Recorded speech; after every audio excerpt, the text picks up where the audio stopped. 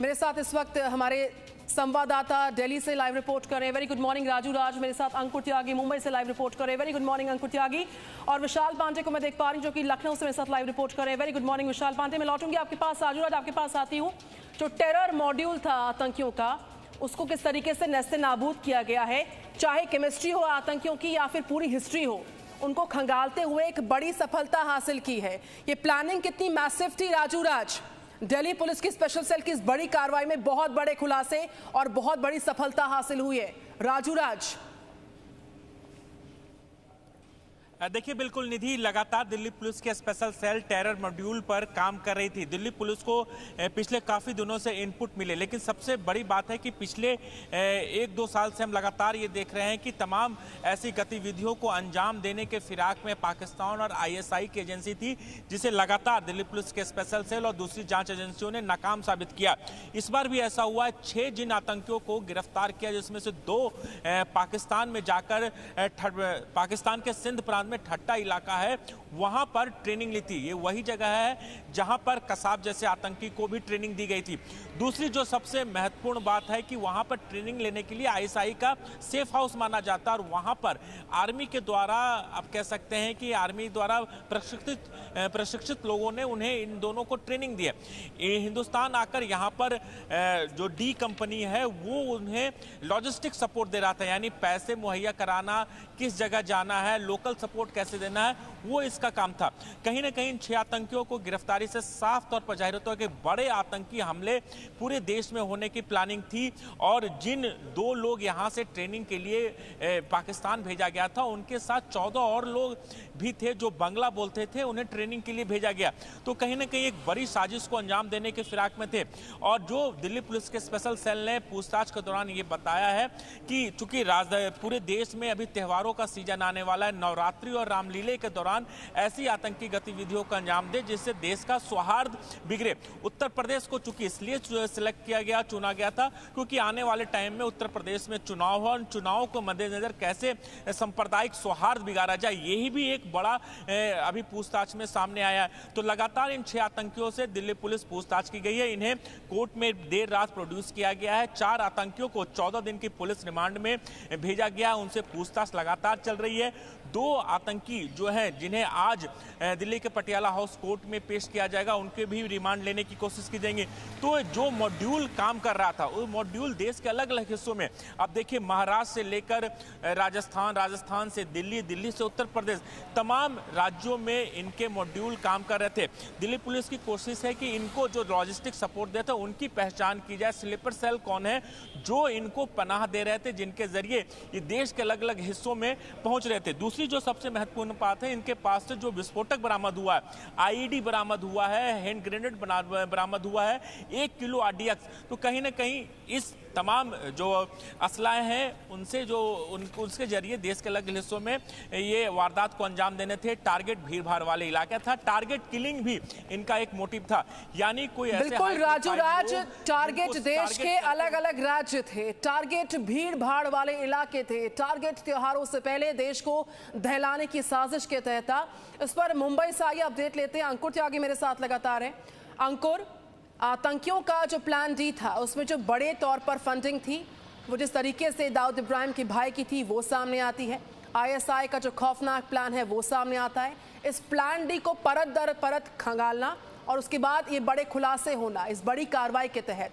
महाराष्ट्र भी रडार पर था, पूरा देश रडार पर था। त्योहारों से पहले, त्योहारों के दौरान लोगों को, देश को दहलाने की बड़ी साजिश थी। अंकुर त्यागी।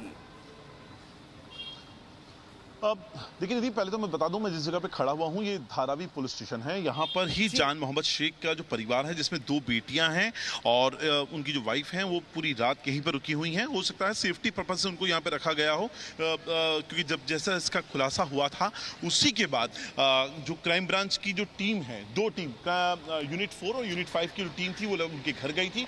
उसके बाद परिवार को यहाँ पे इस पुलिस स्टेशन पे लाया गया था और रात में उनसे पूछताछ भी हुई थी। DCP एरिया के जो लोकल DCP हैं, एडिशनल CP हैं, वो खुद यहाँ पर मौजूद थे और खुद इस पूरी पूछताछ के दौरान यहाँ पर रहे हैं।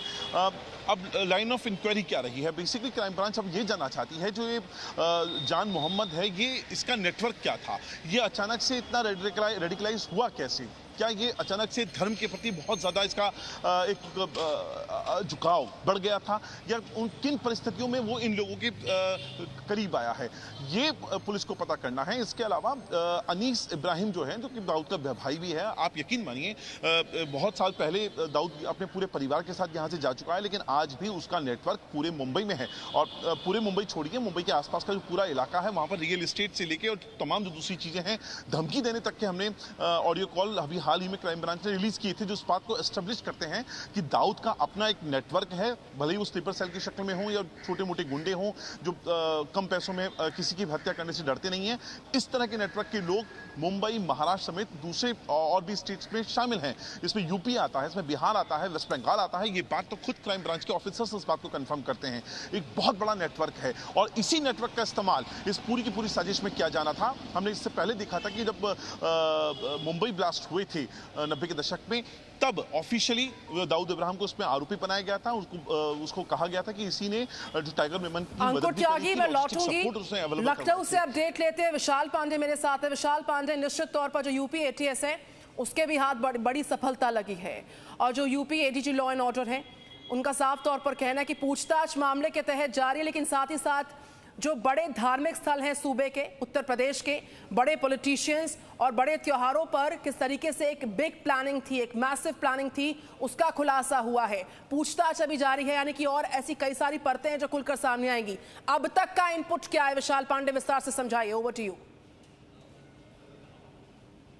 देखिए निधि, उत्तर प्रदेश पुलिस ने और यूपी एटीएस ने यहाँ पर 3 आतंकवादियों को गिरफ्तार किया है। 4 जिलों में छापेमारी की थी, लखनऊ, रायबरेली, प्रतापगढ़ और प्रयागराज। और यहाँ से काफ़ी चीज़ें भी एटीएस को बरामद हुई हैं। प्रयागराज में, जैसा कि एडीजी लॉ एंड ऑर्डर ने बताया, एक लाइव आईडी बरामद हुआ था जिसे डिफ्यूज़ किया गया। और इसके अलावा पूरा एक मॉड्यूल ये समझने की कोशिश इस वक्त यूपी पुलिस कर रही है कि आखिरकार इन 4 जो पूरी इनकी टीम थी, 3 लोगों को गिरफ्तार किया है, ये और किन किन लोगों के संपर्क में थे, कौन लोग यहाँ पर इनको सपोर्ट कर रहे थे, लखनऊ में इनकी मदद कौन कर रहा था, प्रयागराज में ये लोग जहाँ पर रह रहे थे वहाँ पर किन लोगों के संपर्क में थे। तो उनसे पूछताछ जारी है। एक पूरे चीज़ को खंगालने की कोशिश इस वक्त चल रही है कि इनका लिंक क्या क्या है और इनके मकसद क्या क्या थे। अभी जो सूचना आ रही है उसके मुताबिक जैसे कई त्यौहार आने वाले हैं, उन त्योहारों पर इन आतंकवादियों की नज़र थी, बड़े आतंकी हमले को अंजाम दे सकते थे। इसके अलावा यूपी का विधानसभा चुनाव ये भी एक बड़ा केंद्र हो सकता था इन आतंकवादियों के लिए, क्योंकि जिस तरह से ये ट्रेनिंग लेकर आए और उसके बाद अलग अलग हिस्सों में देश के गए, और यूपी क्योंकि एक बड़ा राज्य है और जैसा कि 3 नवंबर को अयोध्या में दिवाली का भी आयोजन होना है, तो ऐसी स्थिति में दशहरा, दिवाली, रामलीला जो बड़े त्योहार हैं वो इनके टारगेट पर हो सकते थे।